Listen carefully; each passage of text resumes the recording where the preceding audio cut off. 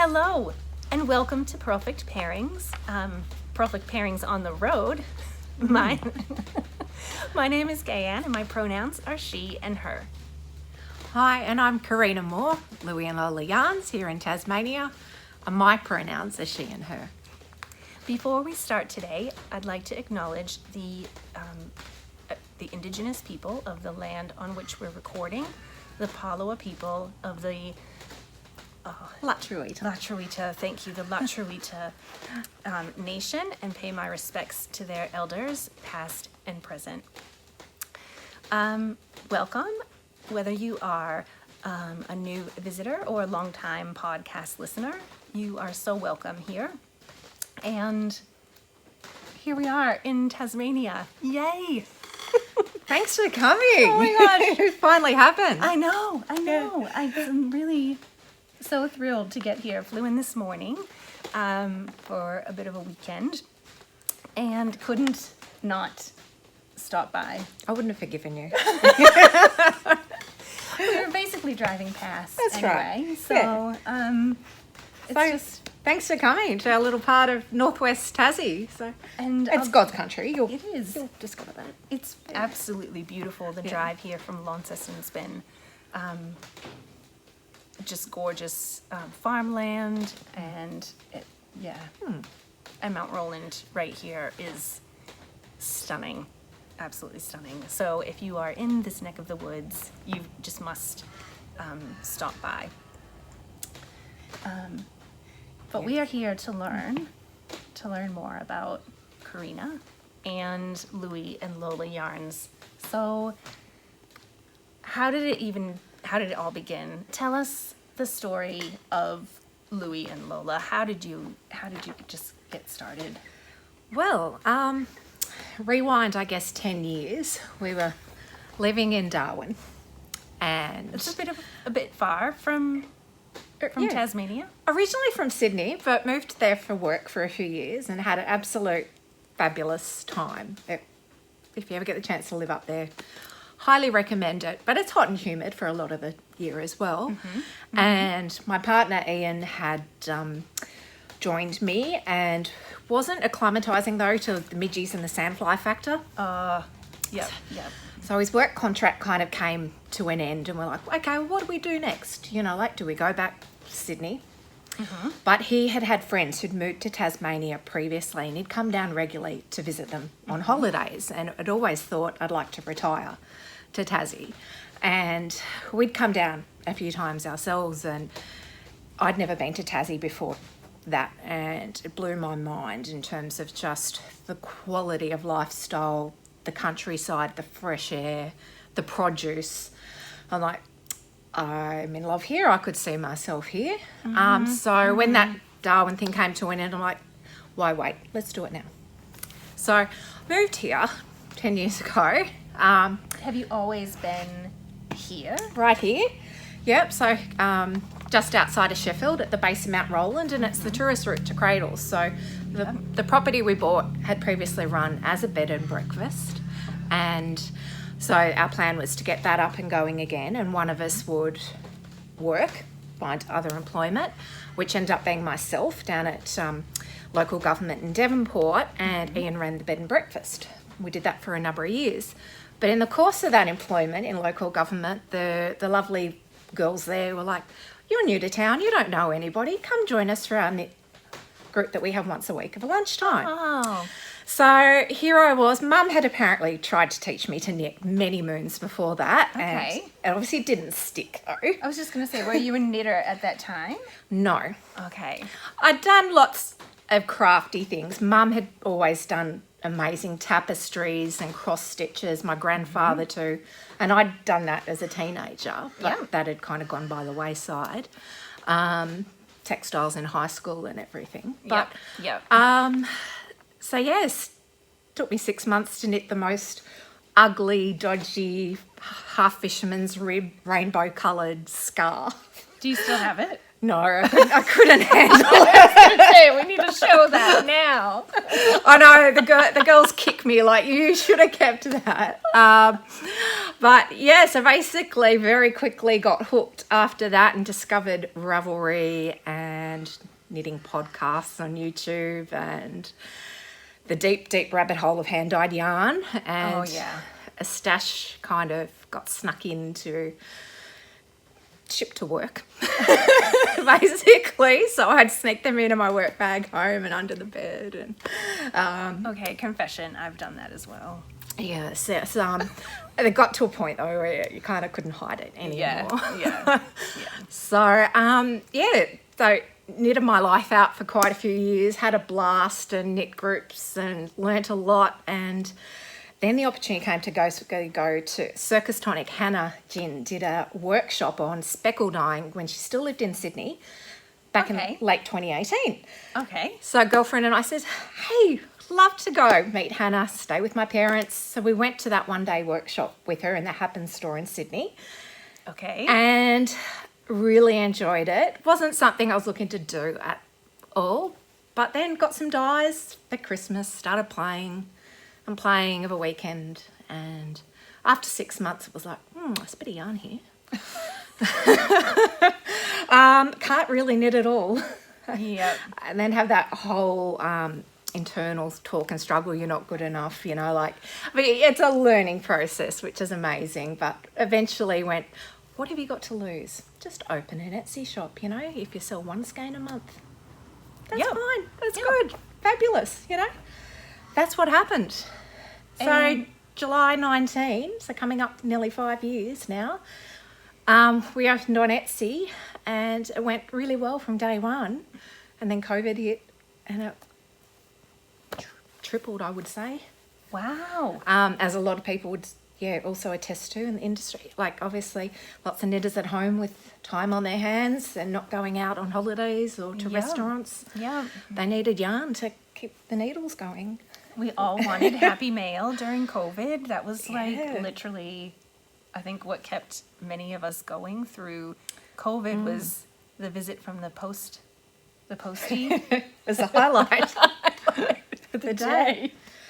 Yeah, so we've been doing it ever since. Moved onto our own website, I think, just before COVID.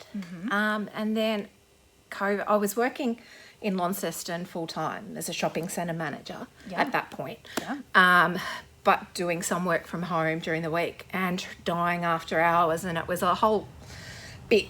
There was a lot happening. That's a lot, I think, to balance. So I think by August, September, I was like, I'd convinced Ian, okay, I'd really love to try this full-time. I think I'd regret not doing that. Not giving it a crack at least. Yeah, so we're lucky we were in a position that we could do that. So a couple of months later, yes, it happened, and I've been doing it full-time since late 2020 and never been busier or happier. So here we are. That's fantastic. That's an incredible story. And what about the name? I think anyone that follows you on Instagram probably knows this already, but how did you settle on the name? Yeah, so I was looking for a name at that time. We decided to open on Etsy, and first of all I thought, Coo and Country Yarns was where I was headed at that point. Coo being the name for cows in Scotland, and Ian is Scottish, and we'd always had Highland cows, but it just didn't quite have the right zing. And then we just got Louie as our new dachshund dog, and quickly realised they're not good. Dachshunds aren't great on their own. They have a bit of separation anxiety. So we decided we needed a second dog. Okay. Another dachshund. And I'm like, okay, I like the name Louie. He was 9 months old when we got him. And like, okay, well, what goes with Louie? Oh, Louie and Lola sounds good. Okay, we're getting a girl miniature dachshund and we're calling her Lola because the business is going to be called Louie and Lola. So maybe my question should have been, which came first, the name or the dog? The chicken or the egg? Yeah, the name. So Lola came literally like a month later. Oh. So he's a little 10-week-old. So they're a year apart in age, and Louie's now 5 and she's 4. So And he's a bit of a rascal. he's a rascal. He is an escape artist, and yes, but wouldn't have it any other way. It's great. I can spend my days with them, and they keep you very entertained. They do. They keep you very entertained. Now, yarn dyer, indie dyer, full time. It's all just cups of tea and knitting. Oh yeah, Isn't it? yeah. What? That'd be lovely. Have you had any challenges? Have there been any anything that you've had to overcome? I've never been busier. I think as anyone in small business would attest to, you wear lots of hats. You're juggling lots of balls, and when you're effectively a one-man band, from doing the yarn prep and the dyeing to the scanning and the labelling and the photography and the website listings. But then you've got to do all your bookkeeping. Oh yeah. You got to your customer service, emails, responding to customers, and planning and thinking and coming up with creative ideas and dreaming about your next colourways and yarn, testing out new yarn bases and knitting samples that's going to the post office. It's great. Just to ship everything. Yeah. Yeah, so if you can wear lots of hats, it's a great job. It really is. So for anyone Fibre Arts, so yeah. Going back to what you just said with colors and bases, can we talk about that? Because I feel like you're very much known for your colors. Like any knitter, I think that, well, let me go back. I think color is the choice of color that you're knitting with, right? It's really personal and super subjective. Super subjective. Like one person can love a color and then the other person was like, I hate that color. 100%. But I feel like with your colors, 99.9% of knitters are going to look at your colors and be like, oh yeah, at least one color in your color range would be like, that's for me. I think you have a universal appeal. I think if I can say that. Well, that's lovely of you. It's it comes from, I think, you've got to start with doing what you love, first and foremost. Oh, yeah. And I guess, yes, I think a lot of I'm always thinking about colour work projects and in shades of dark and light and pops of colour and what's going to be a harmonious palette for people who prefer cool colours or a warm palette. Like people are definitely in the blues or the greens or the rusts. So I try and be mindful of neutrals that will work with both cool and warm shades.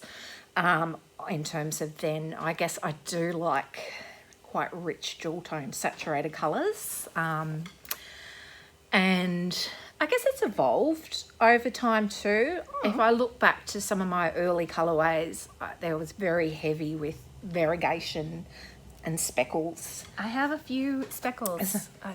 2020 or 2021 maybe? That'd be right.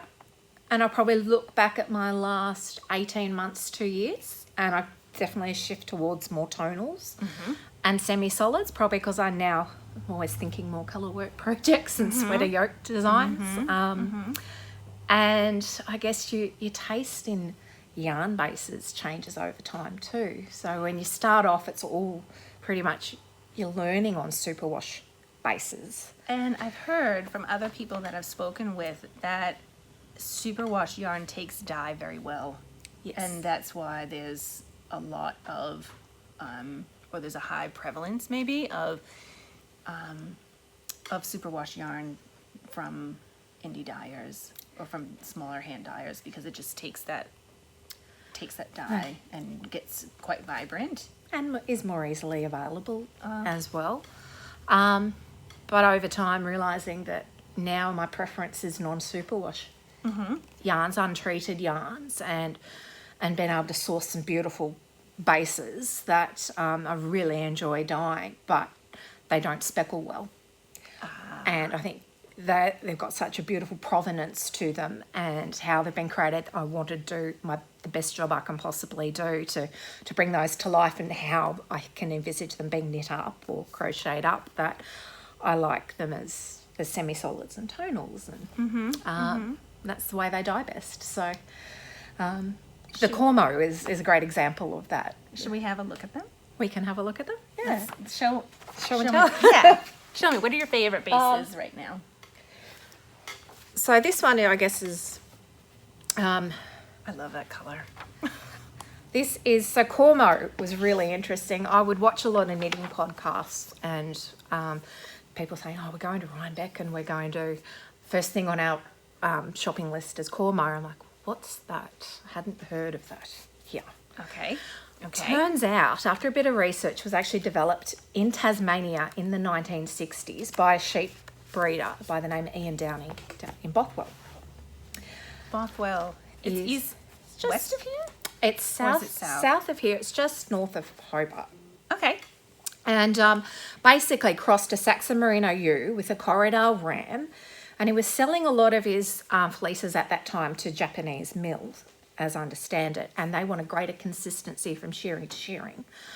So they didn't have to tweak their machine settings. Mm-hmm. Wanted higher fertility, and they wanted obviously a slightly longer staple length that you would get from a Corridor. It's still got the softness practically of a merino, but it's got a greater bounce and squish fact. So it's got, I don't want to say, it's not rustic at all. Like, no. It's really soft, but it feels textural. There's something textural, like when you feel like a super fine merino that's just very slippery. This doesn't have that slipperiness, but it's woolly, but it's not rustic or harsh. No. And with the width, that's next to skin soft. It's amazing, yeah. So I was very lucky to discover there were still a few Tasmanian breeders left, and Alice Saul from Lexington Woolies is just down outside of Hobart and South Arm. Mm-hmm. Was producing these yarns in undyed, and I think she's stocked at Woolarium and Salamanca Wool Shop. I have seen them at Woolarium. That's actually walking distance from where I live. Fabulous. So finally convinced Alice to let me buy some off her. I don't want you to. Okay. So and it's been a wonderful collaboration now that both I get the 100% Cormo from her in both a fingering and a DK weight, and it's all processed in Australia, and so grown in southern Tassie, dyed in northern Tassie, and produced and milled on the mainland. But my big revelation was, as I was knitting it for the first time, I did this Myst shawl, and Melanie Hoffman bee mandarins. It's okay, we just lost the skein. Sit that over there. That's got incredible drape. Very plump, but this is lace work. It's a 3-ply construction. Normally, even when it was unblocked, it would not. The lacework wasn't closing up. Normally you would say recommend a 2-ply yarn construction as opposed to a 3-ply. Yes. For lacework. Yeah. It's very simple, but that was 2 years now ago that I've knit this. And this is fingering? This is fingering, but it knits up more at a sport weight gauge. Yep. And likewise the DK works up more at a worsted weight gauge. Yep. So yeah, that was my first sample. So this is... I just can't get over the drape of that. It's really lovely. It's beautiful. So that I wish you could feel things through. Yeah. Gorgeous. So we've just done a Tassie Cormo collection of 32 colourways on both weights of the yarn, and just completing that at the moment. And I think anyone who's tried it has enjoyed it and comes back for more. So because it's sold out, didn't it? Yeah, I was hoping to have it in stock for quite some time. It was a couple of days. So we will have more though. We're very lucky that there's more coming. So and 32 colours. Yeah. How did you pick them? Well, my original plan was I'd loved the Artus shawl by Natasha Hornby of Moonstruck Knits. Oh, yes. I'm knitting one right now, actually. Isn't it amazing? It's gorgeous. And I love that pattern, too. I think the Cormo fingering would be fabulous for it because Wonderful. It's done at a sport weight gauge. And so I started dyeing up what was going to be 4 or 5 kits for it and laid all the colours out. And I went, okay, this needs to be more. So I hadn't planned to do a 32 colour collection, but as I laid the colours out, I could see the gaps in the range and in the palettes and what I thought was needed. And so 32 colours eventuated, and they'll be back again soon. Okay. So yes, I'm pretty happy with them. I've named them all after Tassie places as well.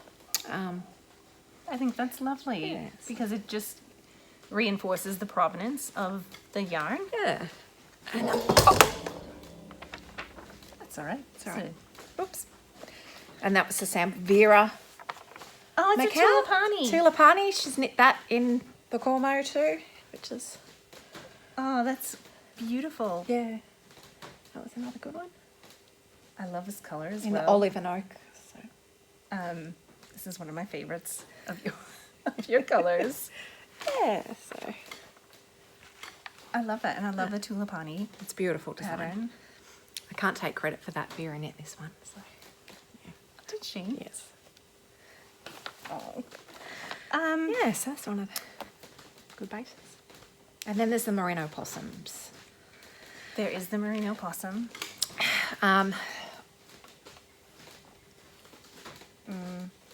I mean, my dad's a Kiwi, so I've been over quite a few times in the course of my life and loved always merino possum blends and how warm socks are with it, etc. And then obviously Wild Earth Yarns, who's on the South Yes. Island, does an Yes. incredible job, produces a woolen spun 80-20 merino possum blend that I've now had for 2.5 years. And thankfully, it's so popular that they are producing more of it. They're obviously now able to get more and more possum fur, and quite a few more Aussie dyers are doing it, and it can Yes. attest to how incredible it is and how popular it is. Knitting with it is like a cloud in the halo of the possum fur. Again, it fills in the gaps. How does And you that? knit it. It does the possum. So I know, like when there's a yak component to a yarn, it can be a bit grey. But is there something similar with the possum? Like, do you have to be conscious about the color of the yarn when you're dyeing it? Yes, it's more rather than say the grey brown of the yak blends. It lends a touch more oatmeal, I would say, in its natural grey oatmeal. But what it gives is this warmth and depth and heathered undertone to all the colours. So you can't ever have a white. It's not a white yarn. Yeah. Yeah. But so these I would consider as some of my lightest colours on the possum bases. It goes well. So we're heading to Knit City, Toronto very soon, and the North Americans absolutely adore these blends because it's not something they can traditionally get. So we've been No lucky, way. It would lucky be- to take it with us. So It'd be so rare, yeah. I reckon, to find anything remotely like this in Yeah. North America. So the plan is 24 merino possum colourways to be at Knit City, Toronto, plus the Cormo colours and some merino silk yak as well, Which I love Yeah. too. That's a beautiful yarn. is Yeah. So that's that. It's like, You'll be knitting some soon, hopefully. I know, hopefully. Hopefully. More on that later. There might be a few things in the works. I think there are a few things in the works. Now, you mentioned you were dyeing up kits for Artus, Yes. right? And I think you've had a few other kits. Well, in fact, I just ordered an overlay kit because that's one of my favorite sweater designs, probably in the last Yeah. year. Actually, Incredible. I'm gonna do the vest because I'm all about vests these days as well. Anyway, Yeah. how do you decide what becomes a Louie and Lola kit? Oh, Because Artus is really special design, I think, as well. Overlay, super special. Like, what goes through your mind with that process? pretty much selfish. Being totally honest as to what I would like to knit or what I could see my colours working well in. a lot of the kits might have, say, come from collaborations, such as, like, I can obviously thank yourself for the introduction to Susanna of Santa & Co. And it's been fabulous doing the kits for the Santa sweater cowl last year with the EXP. Yeah. And now we're just waiting on the next Cormo shipment to arrive, and then we've done obviously the kits for overlay, and its timing has been great with her getting the pattern rights back from Pom Pom magazine now. So, so it was lovely working with Susanna. We kind of took the 32 base colours that I had for the Cormo and went, okay, some people need some cool, we need some warms. People like what I know are some hero most popular colours, such as that likes the olive and oak, but is now slightly modified to be Styx Forest. Okay. And then some really cool bright pinks like Aurora Australis and that which I could just visualise in the stripe dominant down the side of the overlay, how great that would be. So we ended up with 9 kits for that, and yeah, we've got them in the shop now for pre-order, and yeah, shipping by the end of April. So that's been really fun. So another kit's just come out, I guess, when things like Westnet's MCAL or Curious Handmade MCALs happen. Yes. Obviously just love putting kits and colour combinations together to help people. Some people are great at coming up with colour palettes. Others go, oh, can you give us some suggestions? So Yeah. that's where the kits come into play to make the decision making easier for people. So I definitely fall into that latter category, and I really appreciate the color assistance. You've got Instant Crush kits as well. That's in my queue. I'm going to do some color work with regular yarn first before I tackle color work with mohair. fair enough. Yeah. And it's one you just want to be knitting on in winter. It's definitely not one you want to be doing this time of year. Not a January project, at least here in the Southern Hemisphere. No, see, and that was just a sweater that I really loved for the second I saw the design. I'm like, right, I must do kits for it. Just, it was so beautiful. I know it was literally Instant Crush, I think, for a lot of people. It was just a beautiful design by Hoagie Locatelli. I'll have links to everything that we're discussing in the description box as well, so you can have instant access to all of these patterns that we're talking about. Were there any other bases that you wanted to highlight? I guess the merino silk yak fingering. We've done that on the DK as well for last year's breast cancer collaboration, so I'll have that coming back again. Okay. But again, we did our advents the last 2 years on that base. So this is the Waxing Moon Shawl, which was my sample knit for last year's advent. Let's sure I got the right side here. I think that's the right side. This is a fabulous pattern, actually. When I saw it, it's pretty mega. it's huge. So we started with chocolates. So you can, like, they're probably the lightest colours that we've done on it. But it's moody. This was Gingerbread House theme for last year's advent. So I hope I brought it to life well. And I think this is a fabulous color palette. And because your advents sell out the day that they're released, generally, I think I've missed out the last 2 years because I haven't been home, and I'm setting an alarm this year, I think. It was Fast and Furious last year. Yeah. Yes. And someone made a cardigan, and I actually think it was Kathy. Did she make the cardigan with the stripes? Yes, the Radvent Cardi by Amber O'Brien. Oh, sorry. Oh, you're talking Kathy. My friend Kathy made. Yes, I do forget the name of that, but she horizontal stripes. But others have also done the Radvent by Amber. I've seen Kathy's version of it. I love that. They are both Kathy. Gosh, that was. Yeah. I'll look up the name of that. So yeah, this is a 70 20 10 2010 merino yak silk.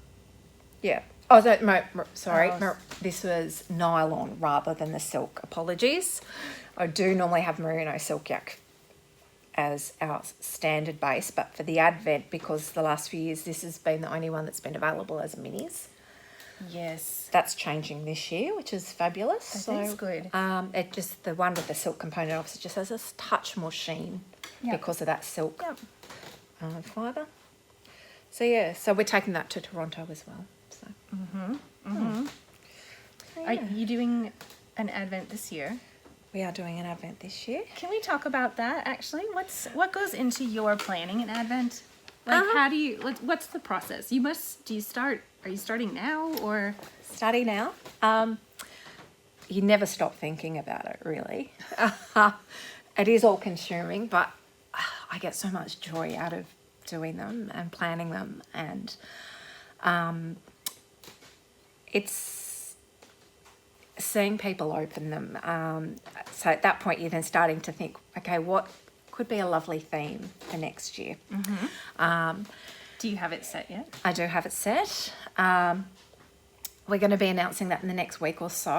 Okay. And then we'll have our pre-sale at the end of April for this year's calendar. Yeah. And I did a giveaway and a questionnaire on Instagram recently just to get some feedback as what people would really like in advance. I actually think I entered that. So that was really helpful in giving some guidance and reassurance as to what to continue, a few more varieties to offer.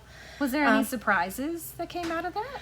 I guess for me, how strongly people felt about having a pattern inclusion, and could we have a knit along as well with it. Oh. So I have done patterns the last few years, or like a code for either Amber O'Brien or Curious Handmade. Yeah. So I won't tell you what we're doing this year just yet, but there will still be that component. Yes, but we'll probably do a knit along as well with you, so people obviously like some assistance in what to do with the Advents rather than just going, oh, I've got 24 minis, what do I do here? I know, because I still have 2 sets of 24 minis at home that I haven't. I've been researching patterns, right? But it's hard to. I just want it to match because they're so special. I think Advent sets. Yes. And you want to do something that will really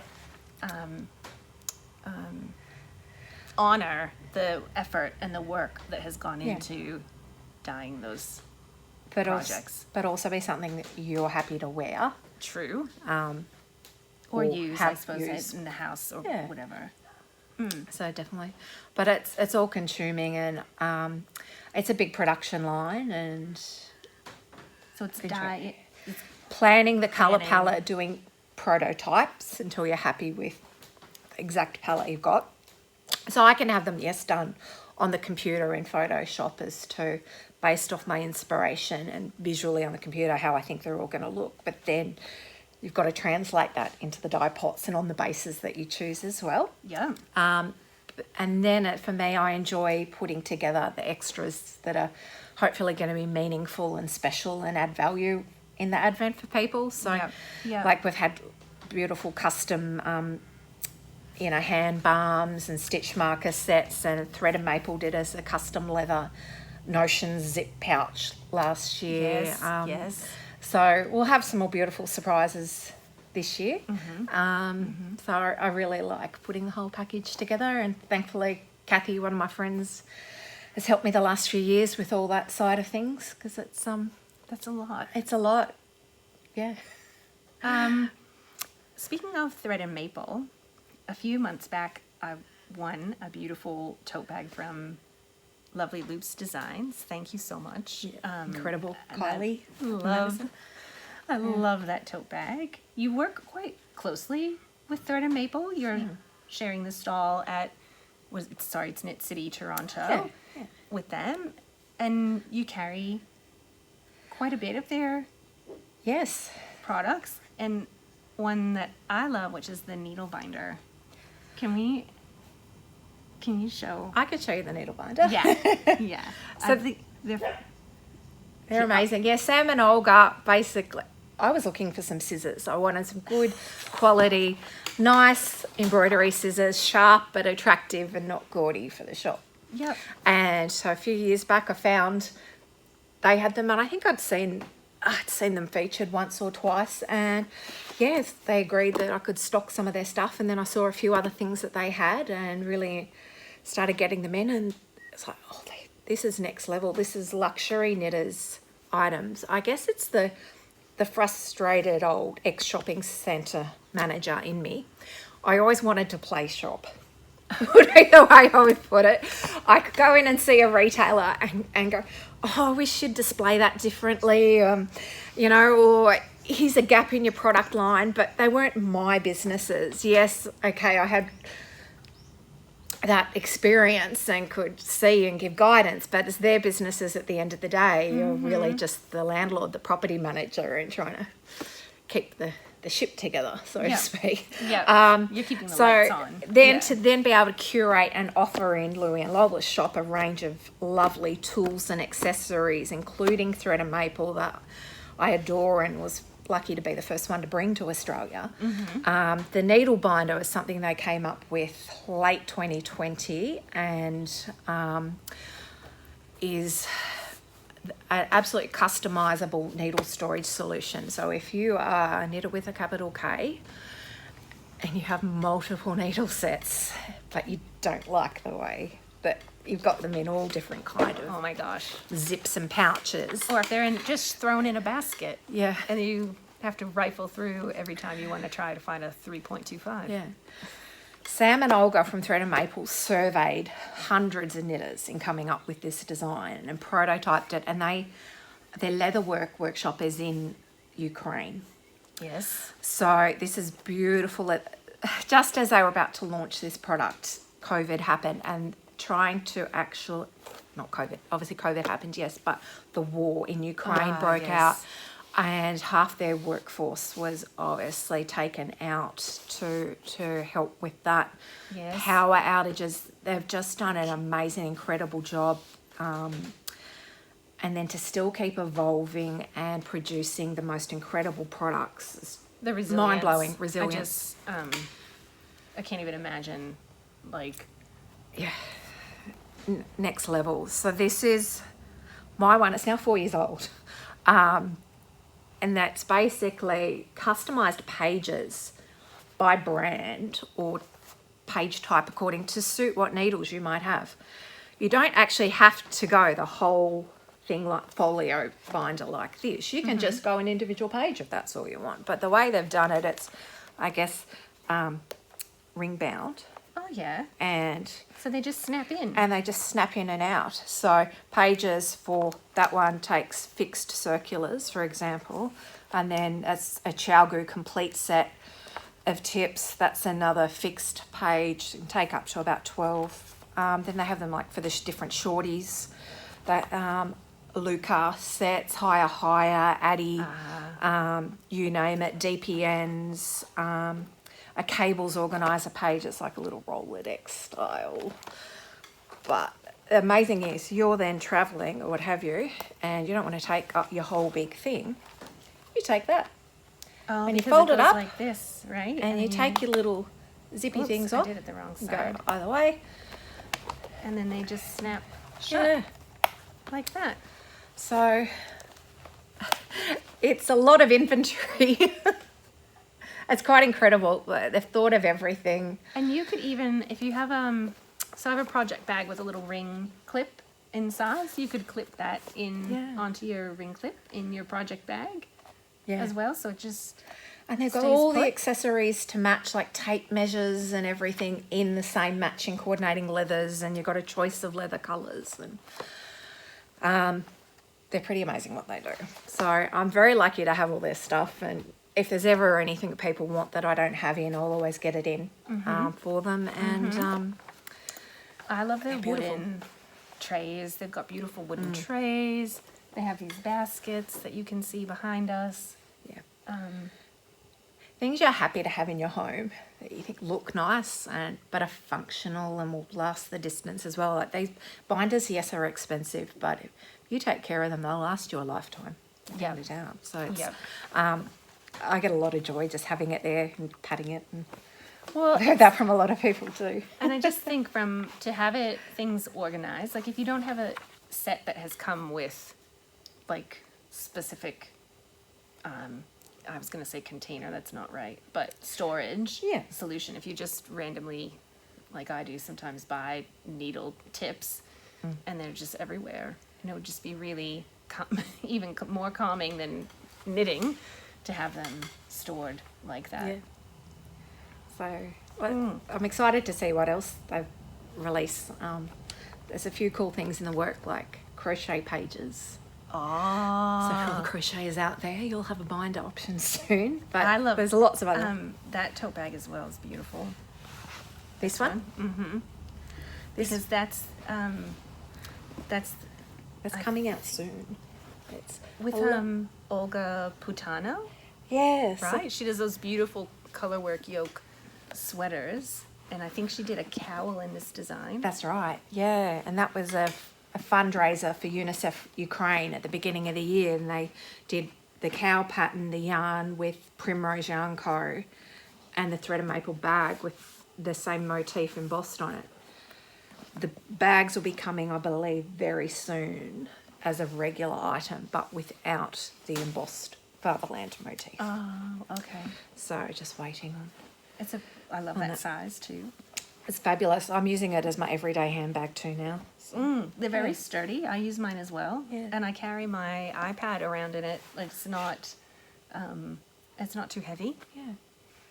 So very clever ladies and big hearts, like very big at wanting to give back in every way that they possibly can. So I guess, and that was how our breast cancer collaborations came about. It was at their suggestion to go, look, Breast Cancer Awareness Month is coming up. Would you like to do something together? And so we brainstormed what could we do, and we're 4 years in now. And that's a huge fundraiser, isn't it?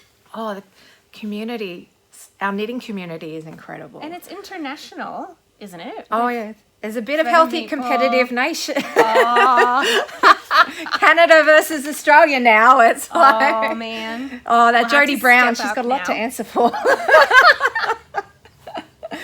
So with Grocery Girls, Tracy and Jodie, yes. and each October. But the amazing number of Aussie businesses who support and give prize donations, and I tallied it up earlier. What has been raised collectively in Australia for National Breast Cancer Foundation, 74,000 across the 4 fundraisers that we've done, and combined, adding both the Canadian fundraised amounts and the Aussie, it's 154,000. That's incredible. In Aussie dollar equivalent. So they give their proportion of donations to the Breast Cancer Canada Foundation, and we give ours to the Australian National Breast Cancer Foundation. Now, you had a special, some special skeins, I think, that you, and a cowl pattern? Yep, every year we do a different pattern and different yarn set. Can you show us what you did for last October? Okay. So last October, Tracy designed the kinship cowl and hat. So if you want to hold the hat, and that's... Can I put it on? You can put it on. I love it. I love a beanie. So... You want to fold that up? If you like. So it's merino silk yak DK. It's very, very soft. And with one skein of a speckle and one skein of a semi-solid. I think it was Love and Laughter and Stronger Together with the 2 colours. You can knit both items out of those whole 2 skeins. Oh, wow. And there were lovely loops designs. Kylie and Madison were just incredible. They did our pom-pom for Australia. And the tags with the breast cancer logo. One's over here. So now that the pattern's been released separately for these, I'm dyeing up a couple of batches every month and just putting them back in the shop. So people, if they still like to knit these, the patterns are on Ravelry, and you can get the yarns from us. So yeah, beautiful. Yeah, so lots of pink. We're very pink focused here, obviously, and that was the autumn stripes from a few years ago. too. That one is still very popular. And I love all the different textures in that. it's a great sampler kind of Yes. design. So in a yeah. merino fingering, 100% merino base. Yeah, so And you can do that all in one color too. Or absolutely. Is that 3? This is That's 3 right? colours. Yeah. But yeah, so some of the kits we still do. Fabulous. Just got to wait to see what we'll do this year. A few months now, though. You've got to get through the Advent season, don't you? First. It all kind of happens all at once, though, normally. Doesn't it always? Yeah. That's a really comfortable hat. Just saying.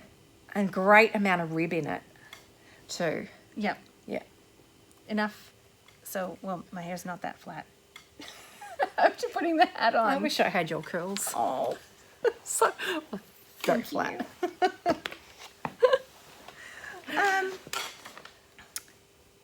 Do you have any other recent finished objects that you want to share? I'm a pretty slow knitter. Okay. I've got 3 sweater whips on the go. That's all that I right. need to finish. And then we're working on lots of samples to take to Toronto, and we had some amazing sample knitted. I can show you my current whip. How's that? Yes. Let's do it. So I've started a pressed flowers cowl. This is on the Cormo fingering in our Tassie Heath and our penguin colours. So let's just got the yarn buff. So yeah, so That's beautiful. I've realised I want to be a sweater knitter. I really do. But I've managed to finish cowls and socks and scarves and shawls. But I just never get to finish my sweaters. I don't know what it is. I think it's a mental block. Yep. I can get through the body of a sweater, and then I'm lost on Sleeve Island for months and months. I made myself actually bring a sweater project as my sole whip on For this your holiday, trip, yeah. for the holiday, and I have to get I'm doing the sleeves. They've just got to get done. So that's good. You will get it done. But pressed flowers is such a great pattern, and I think it really shows off those colors really well. Yeah. I definitely want to do the shawl. It's in my queue. The wish list is long. Just want to be able to knit. I think people perceive yarn dyers have all this time on their hands to knit, and the reality is, many other dyers will attest to the same thing. You've actually got less time to knit than you did before.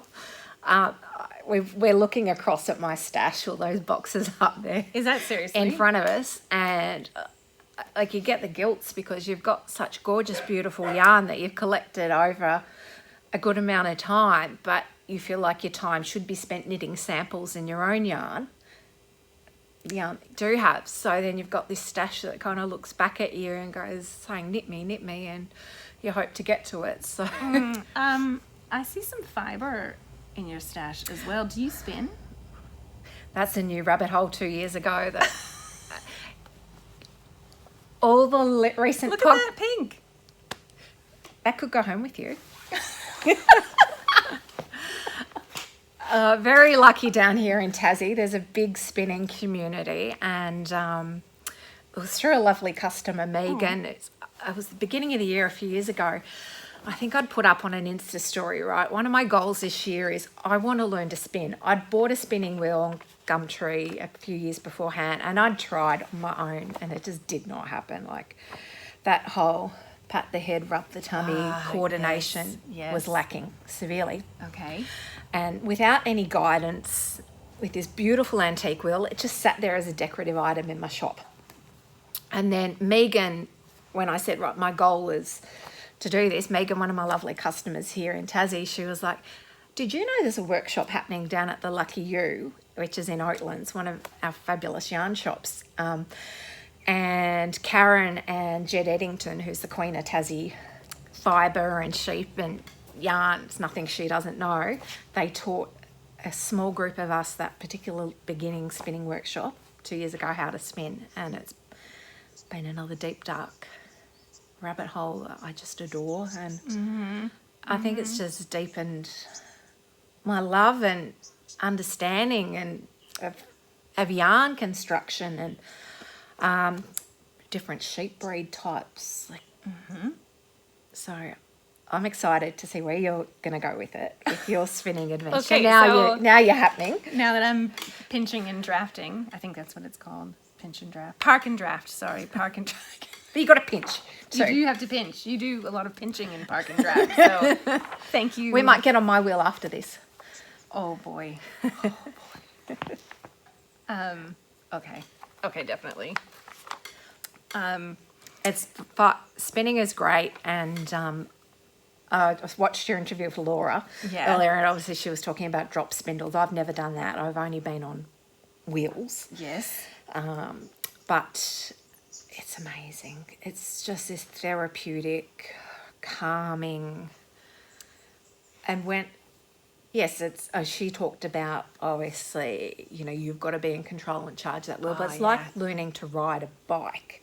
Once you understand that balance point and how to achieve that balance, then it just opens up a world of exploration in terms of what yarn do you want to create. And to me, I loved the spin cycle yarns, and to me it's about the colour on the wheels as well as the fibre type, and then seeing how the different plying can, the different effects you can create with fractal spins or just a chain plying, like exactly, you've spun all the same singles and then you can get a completely different effect because of the decisions you make in the process. It's really cool. And you're going to love it, and I'm so excited for you. Okay, so I'll confess now, I actually have a spinning wheel. It's sitting in my office for months, just sitting there, just sitting there in the corner. All right. Okay, we need to talk a lot more. Okay. We're going to make this happen. I can be pushy. That's all right. That's all right. I'm new spinner in the making. Here she is. Everyone's influenced you. It's happened. Everyone has influenced me, but I love knitting so much with beautiful yarn and I'm interested in actually how the yarn is constructed and how that construction translates when you knit as well. This is actually born out of my experience with the West Knits MCAL, because I bought different yarns with different properties, and I'm making this shawl. I made that whole front panel with the braids, and it was weeks weeks of work, and then I went to do the cables, and the yarn that I had selected just you didn't get the plumpness and the definition on the cables that you could have achieved if you made a different yarn decision for that. Exactly. And it wasn't a terrible yarn. It wasn't an inexpensive yarn, but it was just not the right yarn for that project. Yeah. And so that's, I think, really and I abandoned that whip for a number of other reasons, not the least of which is that my shawl was meant to be Kaartinen and it looked Geelong. Or Collingwood. Somebody told me it looked Collingwood, and I was like, whoa, that thing's going in the bin there. But yeah, that's really, I think, kind of piqued my interest in creating my own yarn. And then when you get into it and you're doing that really well, come join us. We're doing a breed study together with a few others, and we haven't done much in the last 6 months, but we've got samples of fibre of as many sheep breeds as we can get, and then the aim is in the same week together we're basically spinning it all and choosing a different or the same approaches of how to spin it, and then comparing our notes and our thoughts on what's that best suited to them, and reading up on the history on it all through Fleece and Fibre Sourcebook and any other YouTube episodes that other spinners have done about it. It's a great, really interesting. Cheryl from Natural Fibre Arts has taken it one step further because she's part of that group, and she's doing mystery fibre clubs every month. Oh, interesting. And she shares a lot of history and knowledge about all of her spinning endeavours as well. So it's really encouraging. You'll find a whole other group of people just ready to assist you in the journey. Well, that has actually cued in my brain a couple of things. The first being Clara Parks and her wool channel. I don't know if you know Clara. She's written a book called Vanishing Fleece. She's also written the Knitter's Book of Yarn and the Knitter's Book of Wool. And I think the Knitter's Book of Wool goes through all the different sheep breeds and has different facts about each of the breeds, like the micron range and the where they're from. The crimp, the staple length. Exactly. Have they got guard hairs or not? You know, what's the luster like? It's all these things as a knitter you don't think of immediately when you look at a store-bought yarn. No, because as a knitter, I'm looking at it and I'm thinking, I love that color. I want to knit that color. I need a DK weight yarn that's approximately, 225 meters per 100 grams for this project. Is it going to work? That's...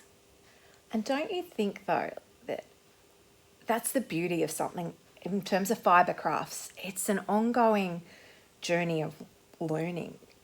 I'm just as excited as I am now because I'm still learning so much about it all. And then when you get into the hand spun, you go like, right, I want to use that in weaving, and how good would this particular thing look in a woven piece? Yeah. And it's just, it never ends, but it's fabulous. We're very lucky to have discovered it, I think. I completely agree. The second thing that had popped in my mind is Claire up at Fibre Art Shed in New South Wales has some really interesting fibres, and she had Hebridean fleece. And I don't know if you've ever seen a Hebridean sheep. Got a sample of it for the breed study, but I haven't seen the sheep in person. They have these crazy horns. And I thought, oh my gosh, this is the sheep that you want in your front paddock to keep anybody away from your property. These sheep look like... You can have that. I've already got Cassie with the horns out there. Yes, you've got some horns. But you haven't met her yet, so we need to take you to go meet her after this. We will. But yes, she's a Hebridean sheep. Can you get them in Australia? That is a good question. I don't think so. Right. But if you want to bring them in, there's a woman in Victoria who I think Cheryl Crosby, I think is her name, brought in the original Gotlands. Okay.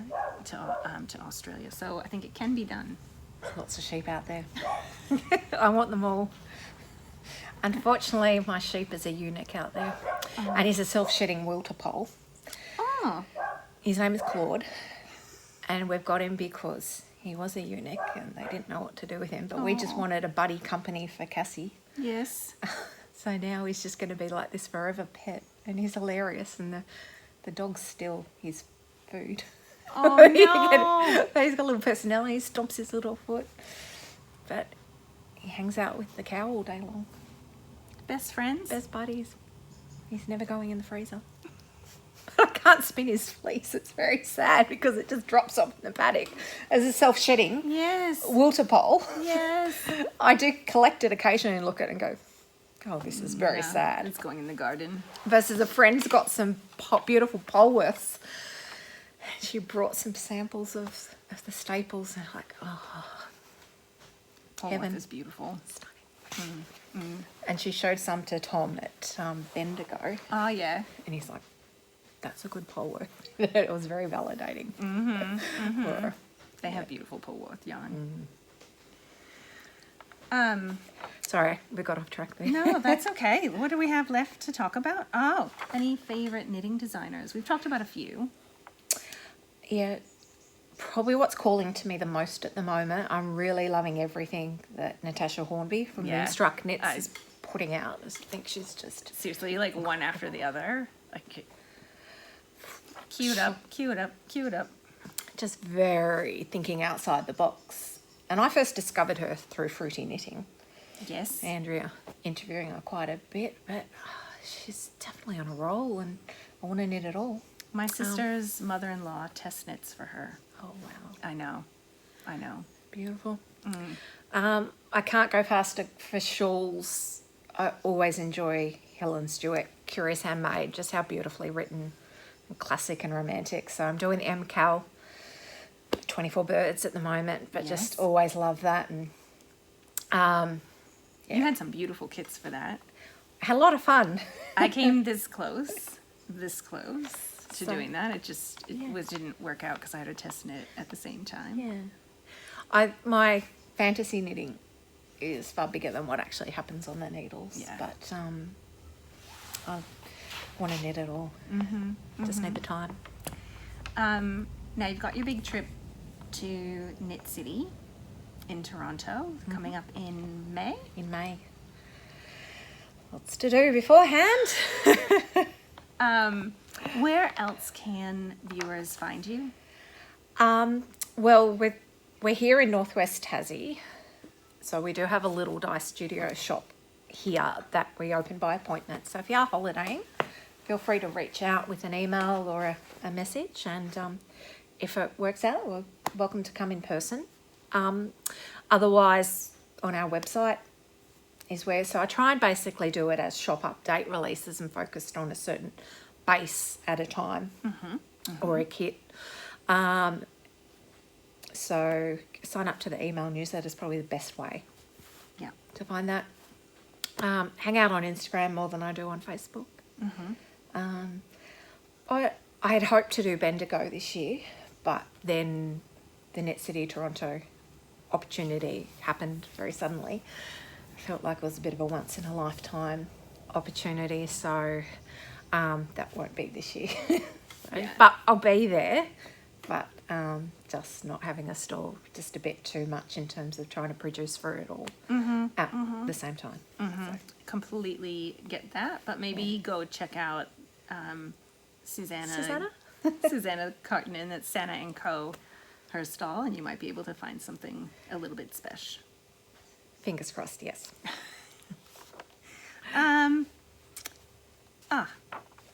Purlfect pairing. The Purlfect pairing question. The final question. Probably the most important question. Maybe not.